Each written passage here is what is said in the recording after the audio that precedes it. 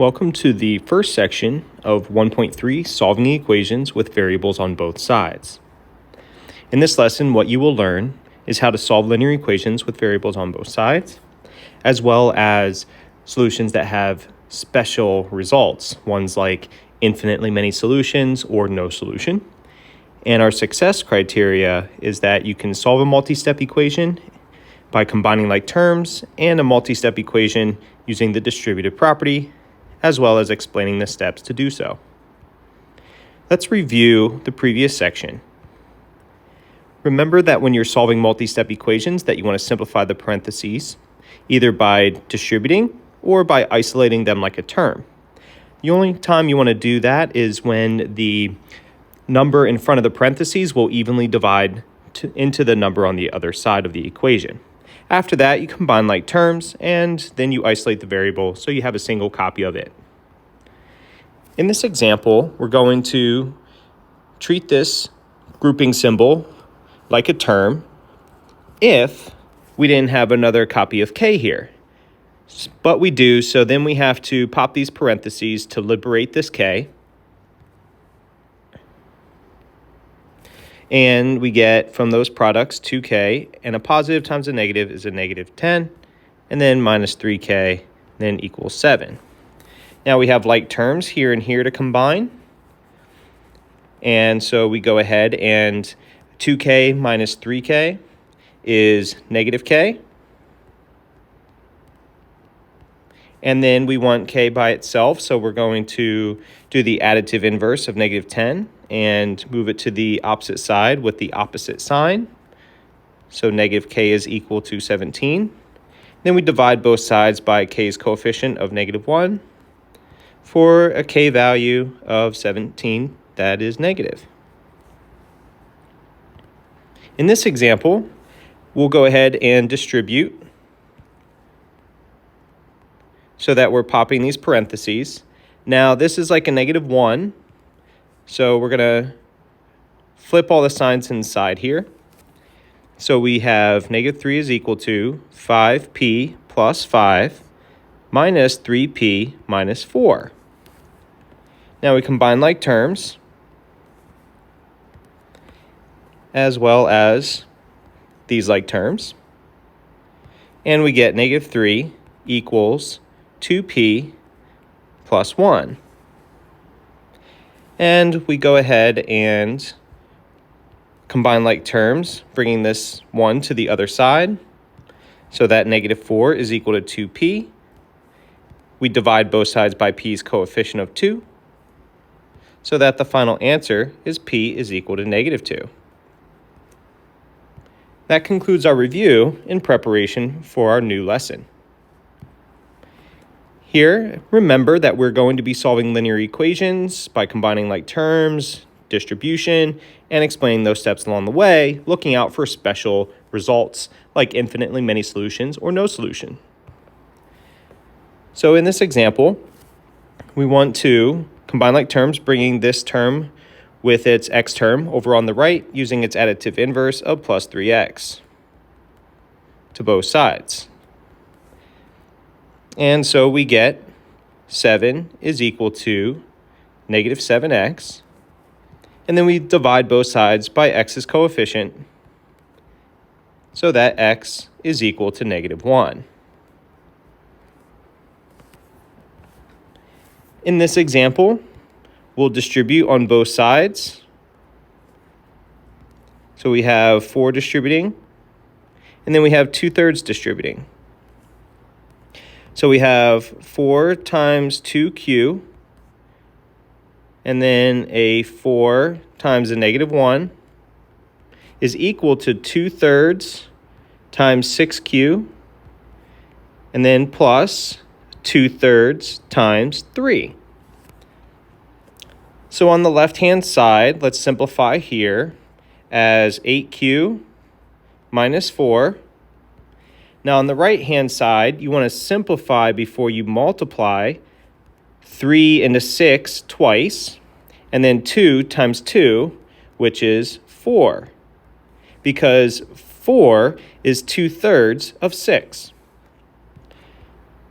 And here, we'll do the same thing. Divide out the 3.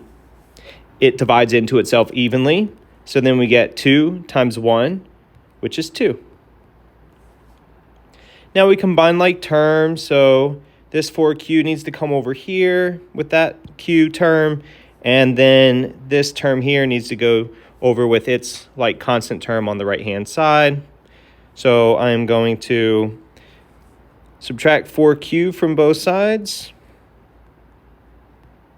And I am going to add 4 to both sides. So I'm getting the variables on the left and the numbers on the right. And so we get 4q on the left and 6 on the right. And we go ahead and divide both sides by 4. And we get a q value that's equal to, now the common factor between 4 and 6 is 2. So I divide out that common factor of 2, leaving me with a 2 in the denominator and a 3 in the numerator for the final fraction of 3/2. Keep them improper as you are an Algebra 1 student. So next we're going to focus on these special solutions where the big idea is that equations do not always have just one solution like a variable is equal to a number. Sometimes you get the identity where they're equal to the same thing, so any value will work and therefore you answer infinitely many solutions. There may be no solution, so you get a nonsense answer, and therefore it's not true for any value of the variable. Somehow the equation was set up incorrectly. That happens sometimes when you're modeling the real world with mathematics. So in this example, let's see what we get. So I'm going to distribute here on the left, and I get 4 minus 4p. And then on the right-hand side, I have negative 4p plus 4. Now, right away, I could see that this is a negative 4p, that's a negative 4p. That's a positive 4, that's a positive 4. So they are the same thing. So I know right now what the answer is, that there are infinitely many solutions.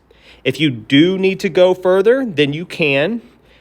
But you could say right now that it's infinitely many solutions because it's going to end up equaling 0 equals 0. But I'll go ahead and I'll show you that just in case you missed that exit point. You know, I'm trying to put all the variables on the left-hand side and then the numbers on the right-hand side. And so that we get, well, 0 equals 0, which is always true. So then it's infinitely many solutions.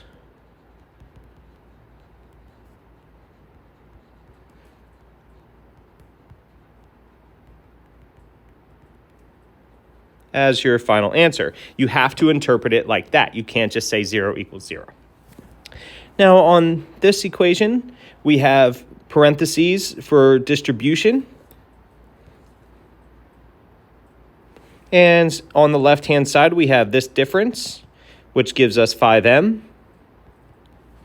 Now on the right, we have 5/6 of 6m, and then times, so plus 5/6 of negative 10. Now, this 6 divides with that one evenly, and this 6 will share a common factor of 2 with this 10 negative to make it go to a negative 5. And so we clean it up a little bit. So 5m is equal to 5m. And then this is going to be 5 times negative 5, which is negative 25 in the numerator. And then over 3. So right now I could see that these are going to subtract out to 0, and therefore the variable is exiting the equation altogether. So that's another sign that we're going to have a nonsense result. So 0 is saying that it's equal to negative 25/3. No way, that's never true. Never. So then that's why this one for the final answer is no solution. And you could also use the null set symbol, which is a 0 with a slash through it like that. So to wrap up the lesson, we have simplified multi-step equations using distribution, combining like terms, and using inverse operations.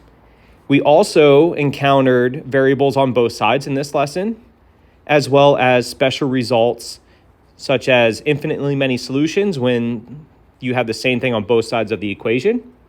And so it ultimately simplifies to 0 equals 0, which is saying that any value of the variable will make that equation true.